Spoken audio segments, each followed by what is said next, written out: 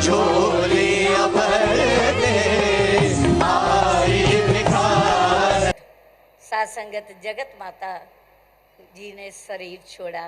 15 अगस्त 1964 सेवा दल की रैली होके हटी थी। आज़ादी का दिवस था और साथ संगत महात्मा अधिकारी लोग थाली में भोजन परोस के लाए।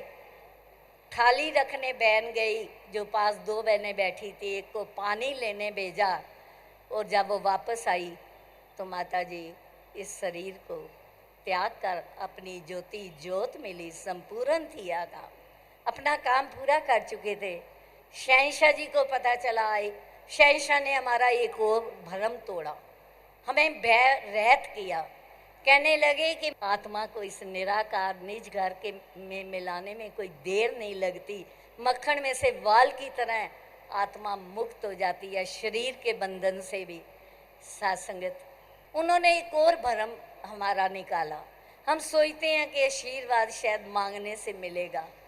साथ संगत नहीं, जब गुरु खुश होता है, संत खुश होते हैं, इनके मुखारबिंद से सहज भाव से निरंकार का ध्यान करके वचन निकलते हैं, वो वचन सत्य होते हैं, वो साथ संगत आशीर्वाद का रूप धारण कर जाते हैं।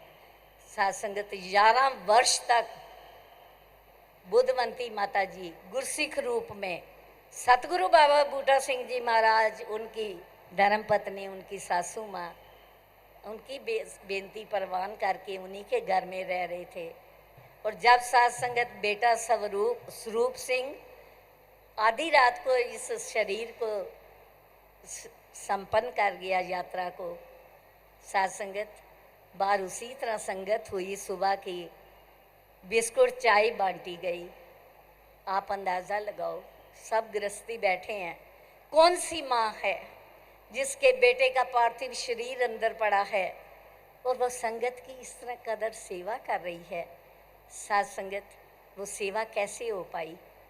ताकत गुरु की थी, अंदर सहारे का हाथ गुरु का था, तभी साथ संगत वो वरदान मिले।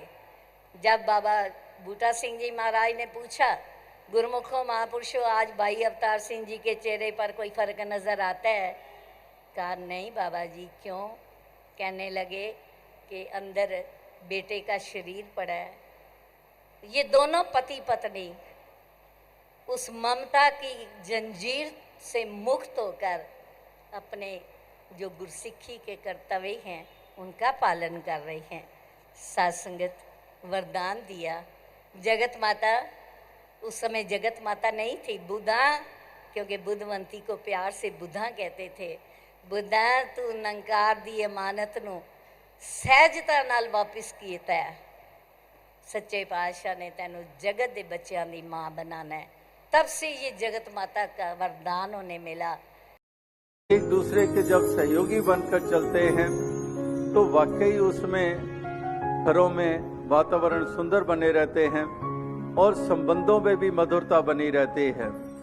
जब एक दूसरे की कदर, एक दूसरे का सत्कार किया जाता है और इधर झुकना सिखाया जाता है, इस प्रकार से विनम्रता जब दोनों तरफ हो तो वहां पर घर स्वर्ग क्यों ना बनेंगे। साध संगत जी, धन निरंकार जी।